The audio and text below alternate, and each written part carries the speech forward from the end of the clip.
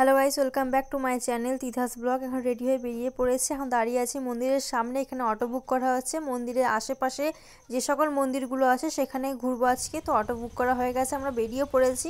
আমরা এখন যাচ্ছি গুপ্ত বৃন্দাবন, তারপরে ওমকারেশ্বর, যেসব মন্দিরগুলো আছে ওখানে আশেপাশে সেগুলোই ঘুরে আসবো। সবার প্রথমে আমরা পৌঁছে গেছি গুপ্ত বৃন্দাবনে, তো এখন ভিতরে ঢুকবো। আর সবার প্রথমে তোমাদেরকে দেখিয়ে দিলাম গেটটা।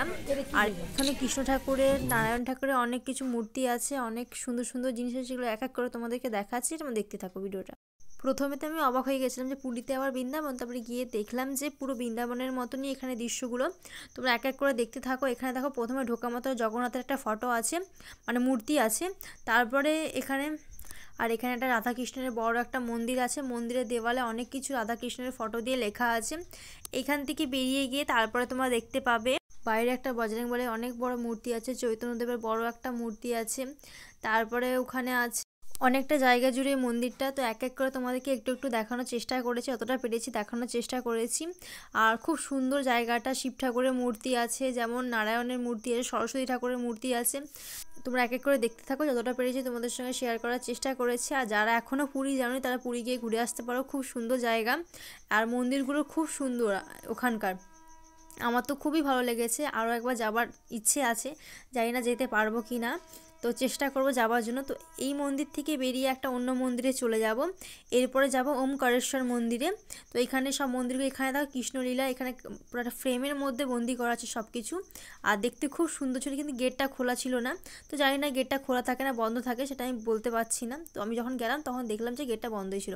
আর এখানে জঙ্গলের মধ্যে দেখো এখানে কৃষ্ণ বাঁশি বাজাচ্ছে। আর ভিডিওর মধ্যে তোমাদেরকে 2-3টা জায়গা আমি দেখাতে পেরেছি, আর বাকি জায়গাগুলো ফোন অ্যালাউ ছিল না। তো গেটে ঢোকা মাত্র ফোন বলছিল ফোন একদম ভিডিও করা চলবে না, ফটো তোলা চলবে না। তো ওই জায়গাগুলো ফটো তুলতে আর ভিডিও করতে পারিনি।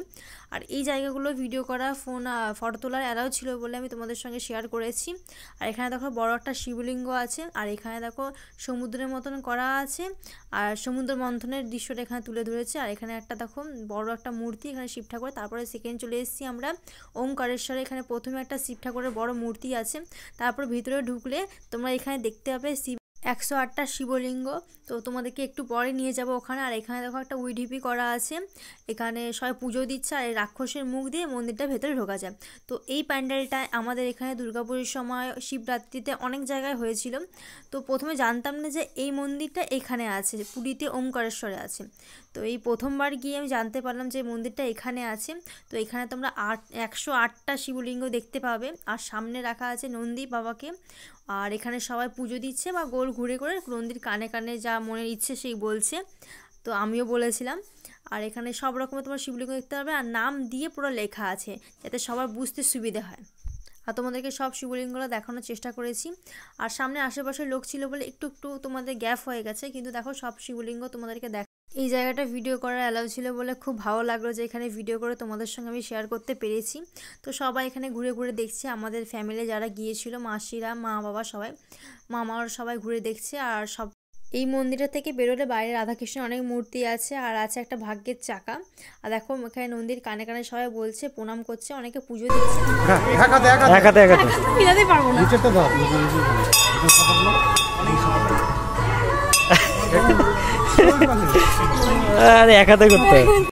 আমি তো জায়গাটাকে একটু ঘোরাতে পারিনি, তারপর বাবা হেল্প করে দিয়েছে ঘোরানোর জন্য, তারপর ঘোরাতে পেরেছি। তারপরে চলে এসেছি আমরা জগন্নাথের পিসি বাড়িতে। তো এখন যাচ্ছি হেঁটে হেঁটে, সামনে দেখো একটা ঝিল টাইপের দেখতে পাচ্ছ তোমরা। আর এই জায়গাটা খুব সুন্দর, আমার তো খুবই ভালো লেগেছে। তো সামনে এগিয়ে গিয়ে যাচ্ছি আর তোমাদেরকে মন্দিরটা দেখানোর চেষ্টা করছি। আর এই জলটা দেখলেই তোমাদের খুব ভালো লাগবে সামনে থেকে দেখলে। তো ওই যে কোণা দিয়ে দেখতে পাচ্ছ তোমরা অরেঞ্জ কালারের, পিঙ্ক কালারের, ওই মন্দিরটা ওটা। তো এখন হেঁটে হেঁটে সবাই যাচ্ছে। এখানে আমি অনেক রিলস বানিয়েছি, ফটো তুলেছি, আর খুব সুন্দর এসেছিলো জায়গাটা, ফটো ভিডিও। আর সবাই এই মন্দিরটার সামনে যাওয়ার আগে এখানে দেখছি জলে পা হাত ধুয়ে নিচ্ছে, মাথায় একটু জল ছিটিয়ে নিচ্ছে। সেই দেখে দেখে আমিও ওটা করব। তো তোমাদেরকে এটা এখানে ভয়েস দিয়েছিলাম, কিন্তু ভয়েস ওভারটা শোনা যাচ্ছিল না, তাই আমি আলাদা করে ভয়েস দিলাম। তোমাদেরকে বারবার দেখানোর চেষ্টা করছি। এই চলে এসেছি জগন্নাথের মাসি বাড়িতে, এই যে জল ছিটিয়ে নিলাম। এখন যাব মন্দিরের কাছে।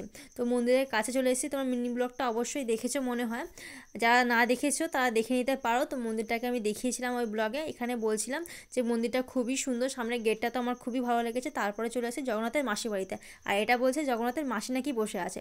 তারপর এখান থেকে খেয়ে নিয়েছি ডাব, অন্য জায়গা থেকে খেয়েছিলাম ডাব, মানে অন্য একটা মন্দিরে গিয়েছিলাম। তারপরে চলে এসেছিলাম একটু সমুদ্রে, ফ্রেশ হয়ে চলে এসেছিলাম সমুদ্রে। তো সমুদ্রে এখানে কিছু রিলস বানিয়েছি, আর সেই দিনই আমার ট্রেন ছিল, তো ট্রেনে চলে এসেছি। আর তাড়াহুড়োর মধ্যে ছিলাম, ব্লগ আমি আর কন্টিনিউ করিনি, তো ট্রেনে বসে খেয়ে নিচ্ছি চা। তো আজকের ব্লগটি এই পর্যন্ত, তোমাদের সঙ্গে দেখা হচ্ছে নেক্সট ব্লগে, বাই।